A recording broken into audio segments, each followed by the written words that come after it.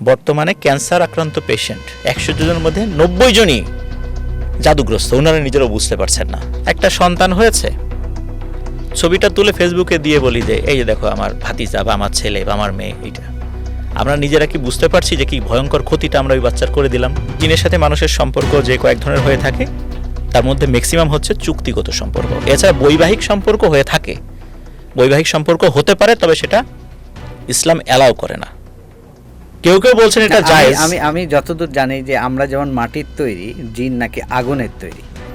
তো এটা বৈবাহিক সম্পর্ক কিভাবে আসলে মেনটেন? এখন এটার তো কোনো সায়েন্টিফিক ব্যাখ্যা নেই। আমার এই কথা শোনার পর তো অনেকে হাসবেন যে কি বলে, তো পাগলের প্রলাপ ছাড়া কিছুই না। আমরা অনেক সময় বলি না যে অমুকে জিন পালে, এটা কি জিন কি আপনি বিড়াল, খরগোশ, কুকুর না অন্য কিছু যে আপনি পালবেন?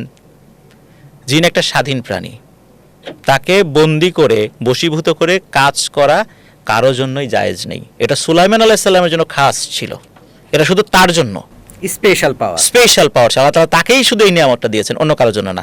তাহলে জিন কেন আপনার কথা শুনবে? জিনের সাথে একটা চুক্তি হয়, আপনি জিনের জন্য একটা কাজ করে দিবেন, জিন আপনার হয়ে কাজ করে দেবে। এই চুক্তিটা গোপন। এটা কিভাবে হয়েছিল? এটা যখন কেউ সাধনা করে তখন কোনো জিন এসে বলে ঠিক আছে তোমার কাছে আমি থাকবো, তোমাকে এই কাজগুলো করতে হবে সারা জীবন, তখন তিনি এই কাজগুলো করেন। আসলে আদতে আমরা জিনকে বশীভূত করি না, আমরাই জিনেদের বশীভূত হয়ে যাই। আমরা জিনকে কন্ট্রোল করি না, জিন আমাদেরকে কন্ট্রোল করে। তবে এর বাইরেও জিনেদের সাথে মানুষের সম্পর্ক হতে পারে। সেটা কিভাবে? অনেক বুজুর্গ ব্যক্তি, তাদের আমলের কারণে অনেক জিন আসেন আমল শেখার জন্য, তাদের সান্নিধ্যে থেকে কিছু সোয়াব অর্জন করার জন্য। অনেক সময় হয় না যে আমরা কিছু মানুষদেরকে বলি আন্তরিকতার কারণে, ভাই আপনাকে খুব ভালো লাগে, আপনার যদি কখনো প্রয়োজন হয় আমাকে বলবেন। তো ঠিক এইভাবে ওরা কখনো কখনো বলে। এইটা শুধু ভালো মানুষ, বুজুর্গ মানুষের ক্ষেত্রেই হয়ে থাকে, এছাড়া কিন্তু না। আবার কখনো ওরা এমনিতেই আসে, ওই যে বললাম ভালো লেগেছে এসেছে, এমনিতে করে দিচ্ছে, তবে সেই সংখ্যাটা খুব কম। আমরা যাদেরকে দেখি যারা জিন দিয়ে কাজ করছেন, ওনারা মূলত জিনকে বশীভূত করে কাজ করছেন এবং তাদের সাথে তাদের একটা চুক্তি আছে, দেনা পাওনার বিষয় আছে। এছাড়া আরও অনেক ধরনের বিষয় থাকতে পারে। যেমন কেউ যদি কর্ণ পিশাচিনী সাধনা করে, আপনি কর্ণ পিশাচিনী সাধনা যখন, এটা খুবই একটা কি বলবো, খুবই ভয়ঙ্কর একটা সাধনা। এটা করার পর যদি কর্ণ পিশাচিনীকে আপনি নিয়ে আসেন, একটা ডিফারেন্ট ভাইব্রেট ক্রিয়েট করে তাকে একটা আলাদা ডাইমেনশন থেকে আপনি নিয়ে আসছেন, এটাকে নিয়ে আসার পর ও যে শর্ত আপনাকে দেবে এটা মানতে আপনি বাধ্য। এটা খুব ভয়ঙ্কর টাইপের শর্ত হয়ে থাকে। যারা কর্ণ পিশাচিনী সাধনা করেন ওনারা খুব বেশি দিন আসলে বাঁচেন না, কারণ ওদের ওই শর্ত পূরণ করতে করতেই জীবন শেষ। আমি সেটা বলছি না সঙ্গত কারণে যে কি কি বিষয়, তবে এগুলোর মোটেও ভালো কিছু না। তো এজন্যই বলছি জিনের সাথে মানুষের সম্পর্ক যে কয়েক ধরনের হয়ে থাকে, তার মধ্যে ম্যাক্সিমাম হচ্ছে চুক্তিগত সম্পর্ক। এছাড়া বৈবাহিক সম্পর্ক হয়ে থাকে, বৈবাহিক সম্পর্ক হতে পারে, তবে সেটা ইসলাম অ্যালাউ করে না। কেউ কেউ বলছেন এটা জায়েজ। আমি যতদূর জানি যে আমরা যেমন মাটির তৈরি, জিন নাকি আগুনের তৈরি। তো এটা বৈবাহিক সম্পর্ক কিভাবে আসলে মেনটেন করা, বা আমার কাছে যতগুলো ঘটনা আছে, যদি আমি সাধারণভাবে চিন্তা করি, এটা যদি আমরা ঐতিহাসিকভাবে আমরা যদি চিন্তা করি বা ঘাটাঘাটি করি, তাহলে আমরা রানী বিলকিসের কথা চিন্তা করতে পারি। ওনার বাবা মানুষ, মা কিন্তু জিনেদের মধ্যে ছিলেন।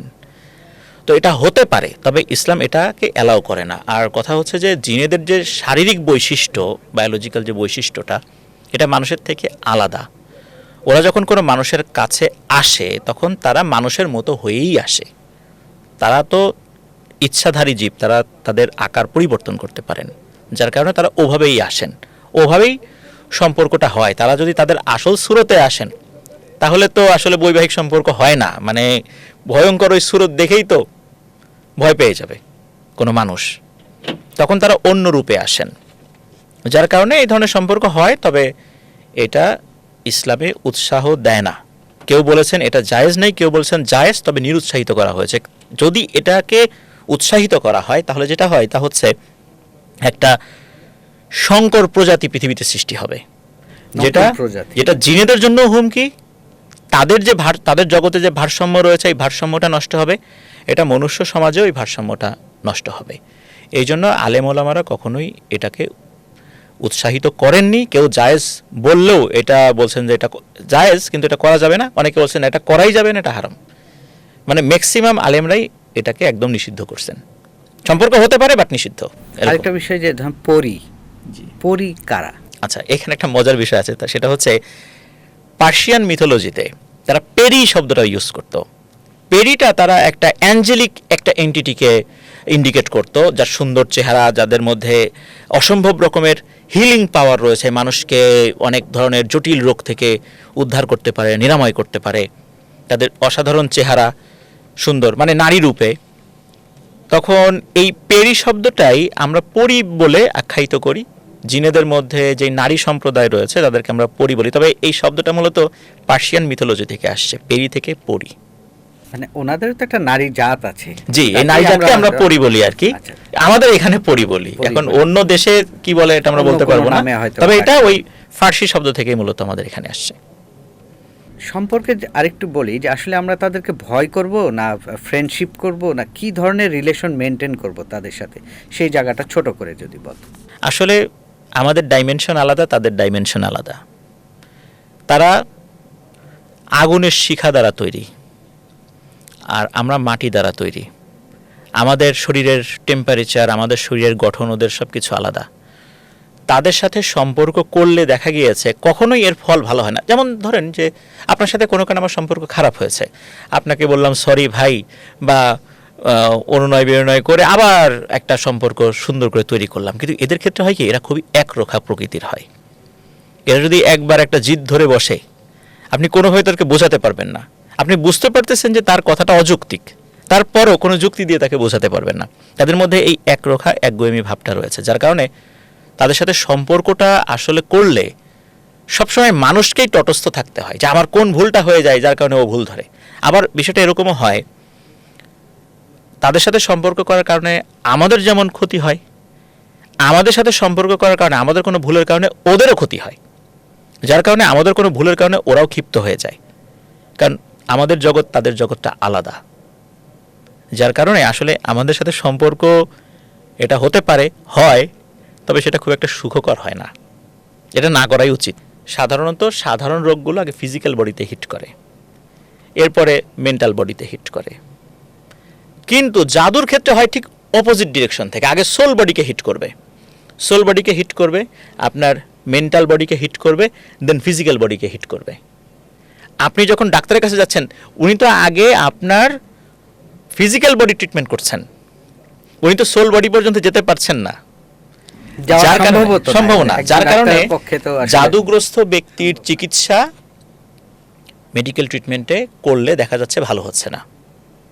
তখন কোনো অভিজ্ঞ রাকির কাছে যেতে হয়, উনি তখন ওই অপোজিট ডিরেকশন থেকে ট্রিটমেন্টটা শুরু করেন, সোল বডি থেকে শুরু করেন। সোল বডির সাথে যেই ফ্রিকোয়েন্সিটা যুক্ত সেটাকে যখন নষ্ট করে দেওয়া হয়, এরপর automatically mental body physical body থেকে ওইটা নষ্ট হয়ে যায়। কিন্তু ফিজিক্যাল বডি এবং মেন্টাল বডিতে যে ক্ষতিটা হয়ে যায়, এরপরে গিয়ে হচ্ছে আপনি মেডিকেল ট্রিটমেন্ট করলে এটা ভালো হবে আস্তে আস্তে।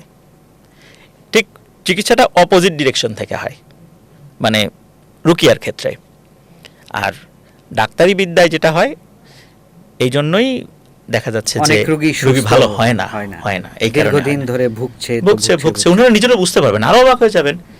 আপনাকে আমি আগেও বলছিলাম অনুষ্ঠানটা শুরু করার আগে, বর্তমানে ক্যান্সার আক্রান্ত পেশেন্ট 100 জনের মধ্যে 90 জনই জাদুগ্রস্ত, ওনারা নিজেরাও বুঝতে পারছেন না।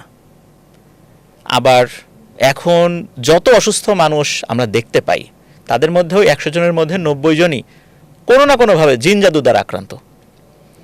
আমরা আমাদের জীবনযাপনের ক্ষেত্রে এমন এমন সমস্ত পদ্ধতি বেছে নিয়েছি, যার কারণে এই দুষ্টু জিনেরা অনায়াসেই আমাদেরকে ক্ষতি করার সুযোগ পাচ্ছে। আল্লাহ তাআলা আমাদেরকে যে একটা বিশেষ নিরাপত্তা বলয় দিয়েছেন, একটা অরা দিয়েছেন, আমরা নিজেরাই সেটাকে আস্তে আস্তে দুর্বল করে দিচ্ছি, যার কারণে ওরা অনায়াসেই আমাদেরকে আক্রমণ করছে। এই জন্য অসুস্থ মানুষের সংখ্যাও বেড়ে গেছে। এখন আপনি বলতে পারবেন আমাদের খাদ্যাভ্যাস, রাতে ঘুম হচ্ছে না, এই সমস্ত কারণে হচ্ছে। হ্যাঁ, এটা হচ্ছে, এটাও সত্য।